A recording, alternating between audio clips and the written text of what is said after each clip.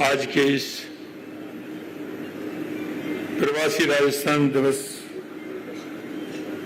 के शिक्षा सत्र में मंच पर विराजमान जिनको कि अभी आपने सुना, ऐसे हमारे केंद्रीय पर्यावरण, वन एवं जलवायु मंत्री श्री भूपेंद्र यादव जी,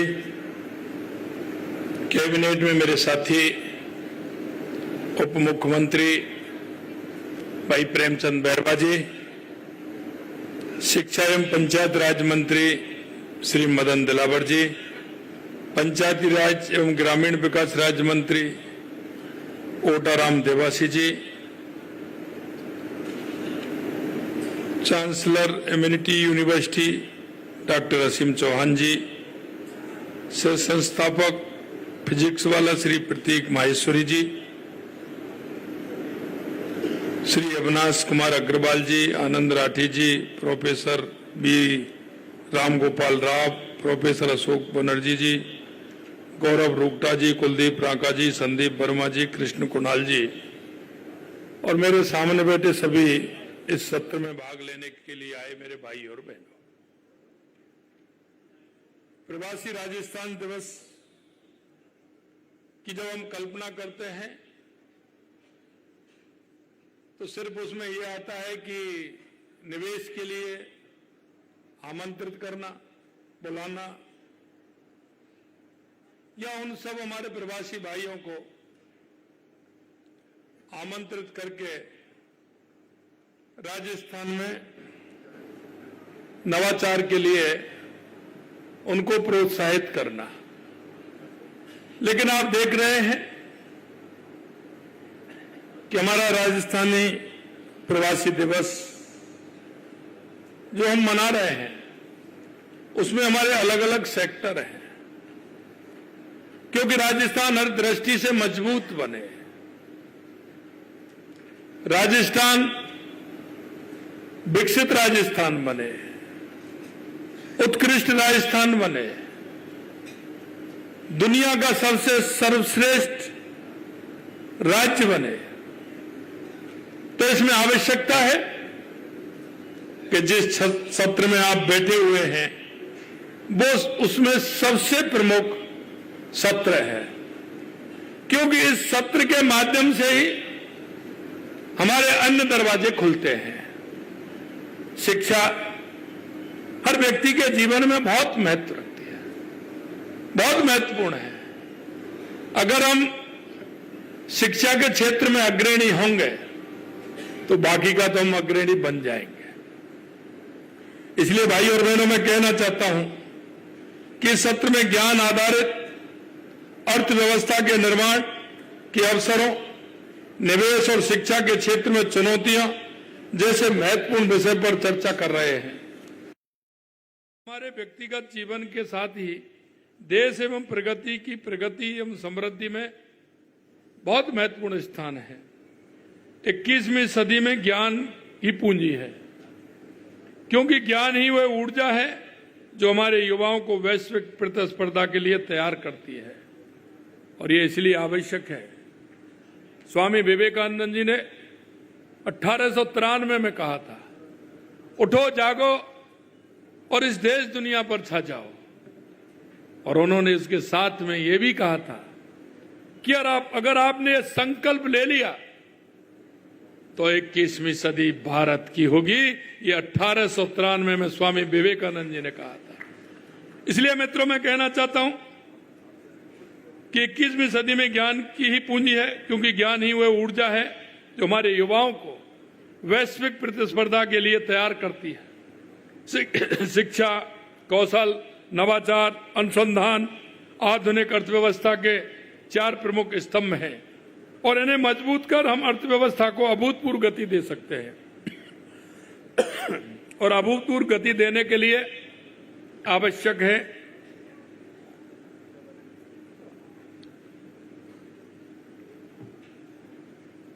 कि आज हमारा प्रदेश इन सभी क्षेत्रों में अग्रणी केंद्र बनने की क्षमता रखता है, और इस बात को ध्यान में रखते हुए हमारा राजस्थान आज शिक्षा कौशल अनुसंधान और नवाचार में परिवर्तनकारी दौर से गुजर रहा है। 12वीं कक्षा के तुरंत बाद राज्य के युवाओं के लिए कौशल उन्नयन और रोजगार के अवसर पैदा करने के उद्देश्य से अर्ली कैरियर प्रोग्राम टेक भी शुरू किया गया है। स्कूली छात्रों में उद्यमता और नवाचार को बढ़ावा देने के लिए आई स्टार्टअप कार्यक्रम का विस्तार किया है। स्टार्टअप पॉलिसी से युवाओं के लिए नवाचार और उद्यमता के अवसर बढ़े हैं। नई तकनीकी में अवसर सृजित करने के लिए अटल इनोवेशन स्टूडियो एंड एक्सीलरेटर स्थापित कर रहे हैं। एबीजीसी एक्सआर पॉलिसी के तहत हमने एनिमेशन, विजुअल इफेक्ट, गेमिंग और एक्सटेंडेड रियलिटी जैसे क्षेत्रों में युवाओं के लिए अवसर के नए द्वार खोले हैं। युवाओं को नई तकनीकी में प्रशिक्षित करने के लिए राज्य में 3 सेंटर ऑफ एडवांस स्किलिंग स्थापित किए जा रहे हैं।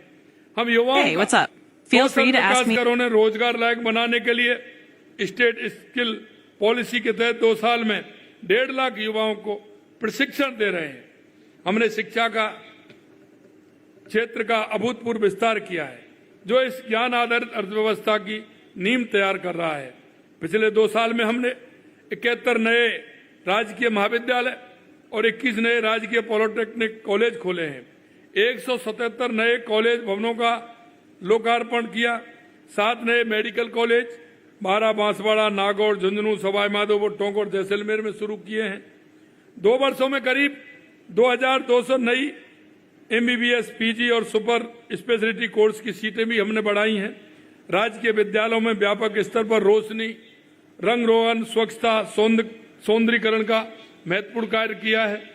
प्रदेश के इतिहास में पहली बार इतनी बड़ी संख्या में विद्यालयों को एक साथ कायाकल्प किया गया है। हमने देखा कि विद्यालयों की हालत ठीक नहीं है।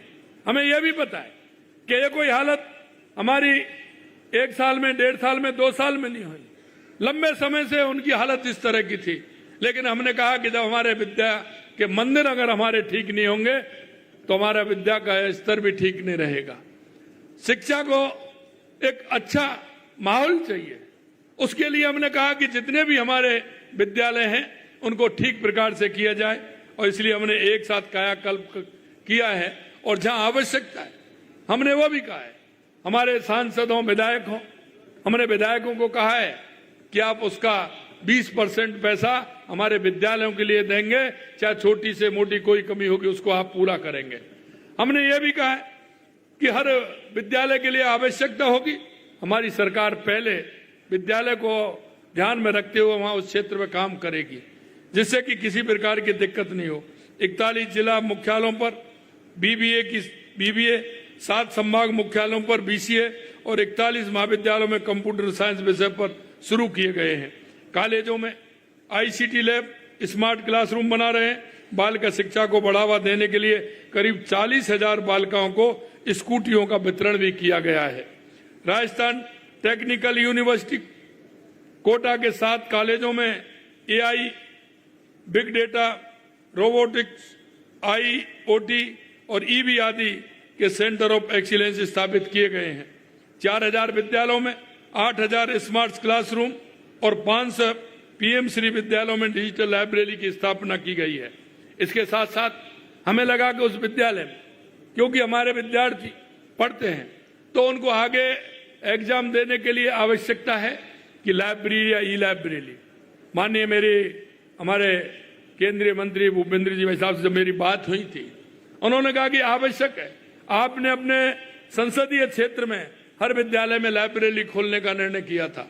हमने उसके साथ साथ हमने कहा कि हर पंचायत में हम खोलेंगे, और हमने अटल ज्ञान केंद्र की घोषणा की है कि हर पंचायत में खोलेंगे। उसमें लाइब्रेरी भी होगी और ई लाइब्रेरी भी होगी। उसकी स्वीकृति हमें केंद्र सरकार से मिल गई है।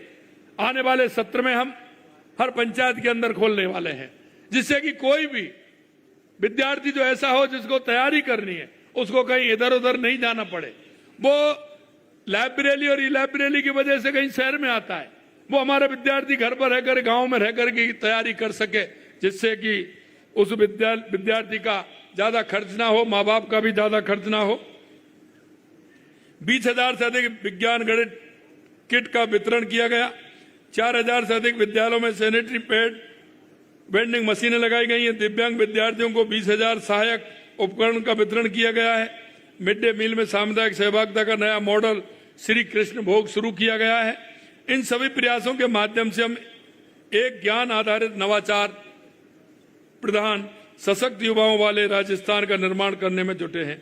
ये प्रयास एक ऐसी ज्ञान संस्कृति का निर्माण करने से जुड़े हैं जो समाज और उद्योग के भविष्य की आवश्यकताओं को पूरा करेंगे।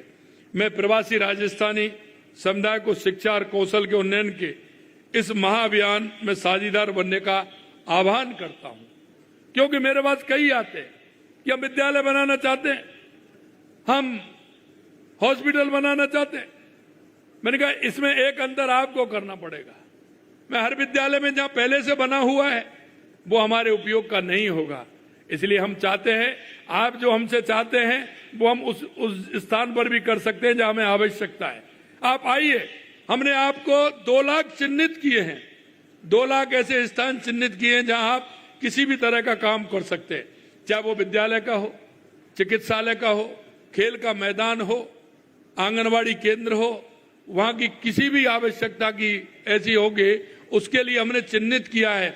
इसलिए मैं आपसे आह्वान करना चाहता हूं, जहां आवश्यकता है आप अगर समझते हैं तो उसके अंदर काम करिए।